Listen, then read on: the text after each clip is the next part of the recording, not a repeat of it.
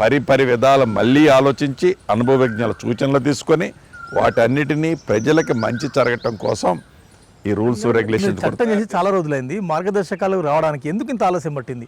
అర్ధరాత్రి ఒక మంచి నిర్ణయం తీసుకోవాలి, క్వాలిటీ నిర్ణయం తీసుకోవాలి, అది ప్రజలకు ఉపయోగపడే చట్టం తేవాలి అంటే గబగబా చట్టం చేసేసాం అని చేతులు దులుపుకోవటం కాదు. చేసిన చట్టం కనీసం ఒక 5-6 దశాబ్దాలన్నా ఉండాలి ప్రజల మధ్య.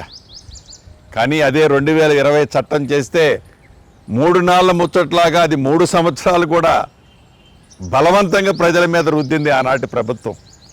చట్టం ఎప్పుడు ఆతృతతో చేయటం ముఖ్యం కాదు, చేసిన చట్టం ప్రజలకు చుట్టంలా ఎంతవరకు పనిచేస్తుందన్నది పరిశీలించి చేస్తేనే ఆ చట్టం యొక్క ప్రత్యేకత. మంత్రి గారు, మీరు బంగాళాఖాతంలో పడేస్తామన్నారు. ఎన్నికల ప్రచారంలో ఈ ప్రధాన అస్త్రంగా ఉపయోగపడింది.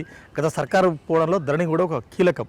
రైట్, ఇవాళ భూభారతి తెచ్చినారు అంటే ధరణిలో లేనిదేంది, భూభారతిలో ఉన్నదేంది, దానికి దీనికి స్పష్టమైన మౌలిక తేడాలు. ప్రధానమైనది ఒక 2-3 అంశాలు చెప్తాను.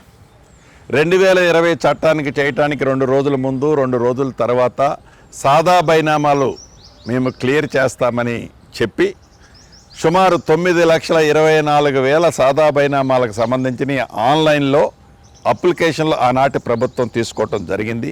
కానీ 2020 చట్టంలో సాదా బైనామాలకు సంబంధించిన అంశాన్నే పెట్టని కారణంగా హైకోర్టు, ఆనరబుల్ హైకోర్టు అసలు చట్టంలోనే ఆ అంశం లేకపోతే ఇది ఎట్లా చేస్తారని కొట్టేయటం జరిగింది. నెంబర్ 1. ఇక నెంబర్ 2 వచ్చి ఏదైతే వంశపారంపర్యంగా వచ్చే ఆస్తులు, ఒక కుటుంబంలో నలుగురు అన్నదమ్ములు ఉంటే, 2 విదేశాల్లో ఉంటే, 2 ఎక్కడుంటే, ఈ 2 కలిసి ఆ 4కు సంబంధించిన ఆస్తుల్ని ఎవరికైనా అమ్మినప్పుడు ఈ 2 ఎవరైనా రిజిస్ట్రేషన్ చేస్తే ఆటోమేటిక్గా మొటేషన్ ఆ రోజే జరిగిపోతుంది.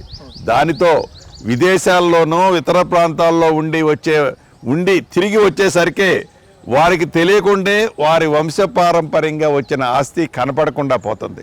అటువంటి పరిస్థితి ఉండకుండా ముటేషన్ అనేది ఆ సక్సెషన్కి సంబంధించిన కుటుంబ సభ్యులు అందరూ ఆమోదంతోనే చేయాలన్నది కూడా ఈ చట్టంలో 2వది పెట్టడం జరిగింది.